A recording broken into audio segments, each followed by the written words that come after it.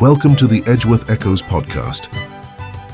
Discovering Edgeworthstown, a hidden gem of Irish history.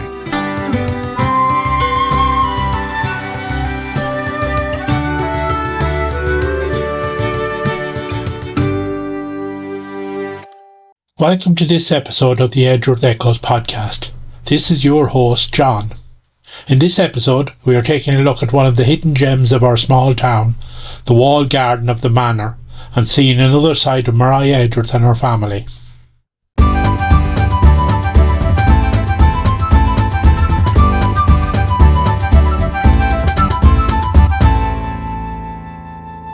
A visitor who walks up the long curved avenue towards the front of the manor nursing home will see in front of them a high stone wall with a metal gate. This is the entrance to the walled garden, currently used by the National Learning Network to train people up in the basics of horticulture.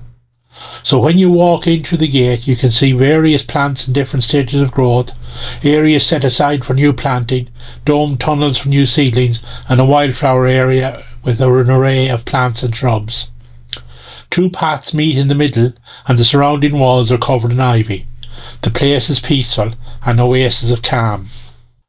Often found in Europe, including Ireland, walled gardens were traditionally enclosed spaces within larger estates or properties. These gardens were protected by high walls, which created a microclimate suitable for growing delicate plants and fruits, sheltered from harsh weather and wildlife.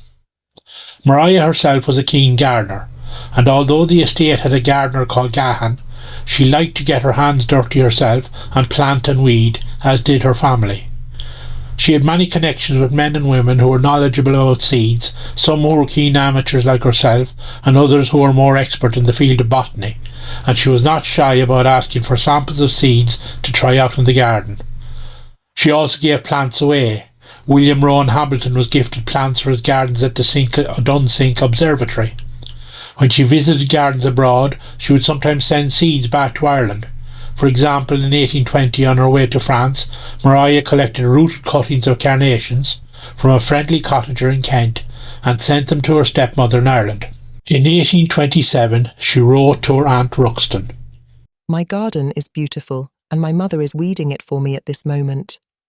A seedswoman of Philadelphia, to whom Mr. Ralston applied to purchase some seeds for me, as soon as she heard the name, refused to take any payment for a parcel of 40 different kinds of seeds.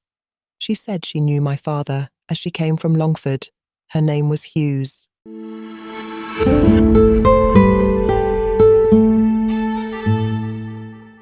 She collected plants from John Foster, Lord Oriel, who supplied her with her favourite plant, Chinese peony.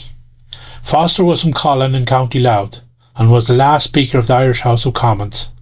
He was an enthusiastic gardener and assembled a vast collection of trees and shrubs in his garden in County Louth. He was a leading member of the Royal Dublin Society and played a key role in the founding of that society's botanical garden at Glasnevin.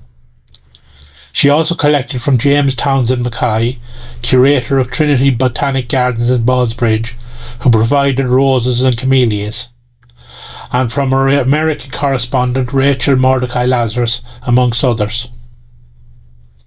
Exotic plants were posted from colonial India by her half-brother Michael Pakenham Edgeworth, after whom the lovely winter flowering Edgeworthia was named.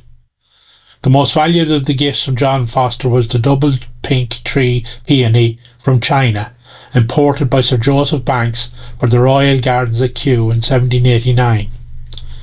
This plant was regularly mentioned in her letters, an account kept of the number of flowers on the plant, which rose to 62 in 1835.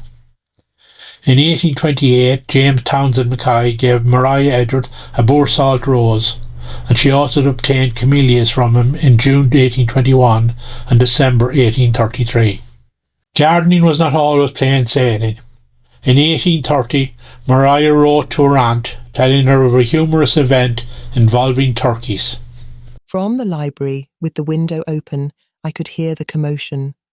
I only wish you had seen the passion Gahan was in yesterday, chasing the black turkeys in half a dozen directions at once, and the gravel stones and dirt he threw at them, cursing them, and the kitchen maids and the gate and the yard and everything he could lay his tongue on. how I laughed all the while, but yet afterwards was ready to cry at the devastation wrought by the turkeys. He is now replacing the plants that were destroyed. Other hazards to her gardens were hens, dogs, cats, cows, horses, asses and beggars. Between 1823 and 1838, her American friend Rachel Mordecai Lazarus not only exchanged letters but also plants, and her garden in Gahan would give regular updates on how the American plants were doing.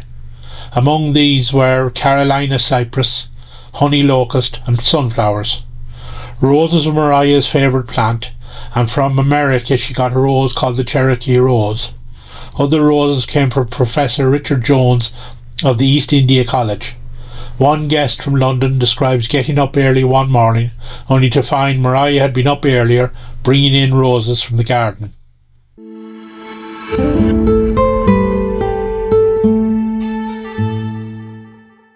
Mariah wasn't the only Edgeworth with an interest in gardens. Her brother Michael Pakenham Edgeworth was a keen gardener in his teenage years and went on to study botany.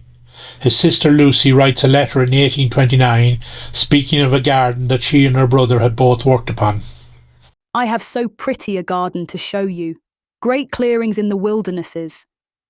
Here is a sketch. This is rather out of proportion, but you will understand it quite well, I dare say. The hawthorn and ivy bank is such a delightful shelter, backed as it is by the dingle grove from east wind and northeast. The circular bed near the old elms is Pakenham's botanic garden. The shaded beds are filled with slippings of roses, all the prunings of the grandee gardens, which Gahan threw away. In 1844, at the age of 76, Mariah was writing her plans for her garden and would often spend time in her garden planting roses. A delightful improvement in my garden, which I planned just before I was taken ill, and which I have now every reasonable hope of seeing finished tomorrow, and perhaps of living to see blooming in April. I drew and scribbled out yesterday on my bed the plan of the intended improvement for Gahan to study all Sunday evening. Wherever she travelled, she took note of gardens that caught her eye, the Botanic Gardens in Dublin, as well as Mount Anvil, home to Judge Charles Burton and his son-in-law John Beatty West. But one of her favourite gardens was quite close to home at Tullynally Castle, home to Lord and Lady Longford, and she wrote about these gardens in a letter in 1832.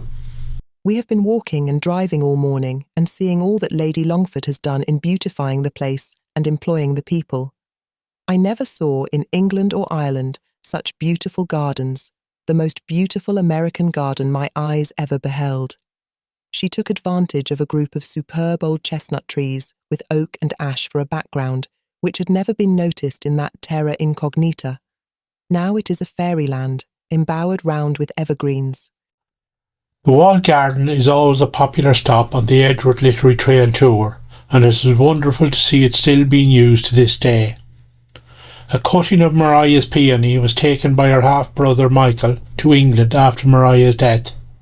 This passed down to Michael's daughter in Oxford, where descendants of the original tree still grow. On that note, we end another episode of the podcast, and I hope this episode will show you yet another facet of the extraordinary woman that Mariah Edgeworth was. Please share with friends, and I look forward to your company for our next episode. Until then.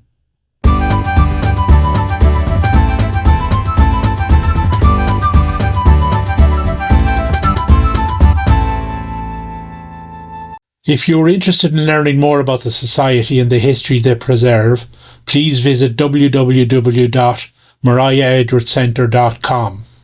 You can sign up to our newsletter, book tours, learn about our annual literary festival and read up on some of the remarkable people who have links to our town. This has been the Edgeworth Echoes podcast, rediscovering history.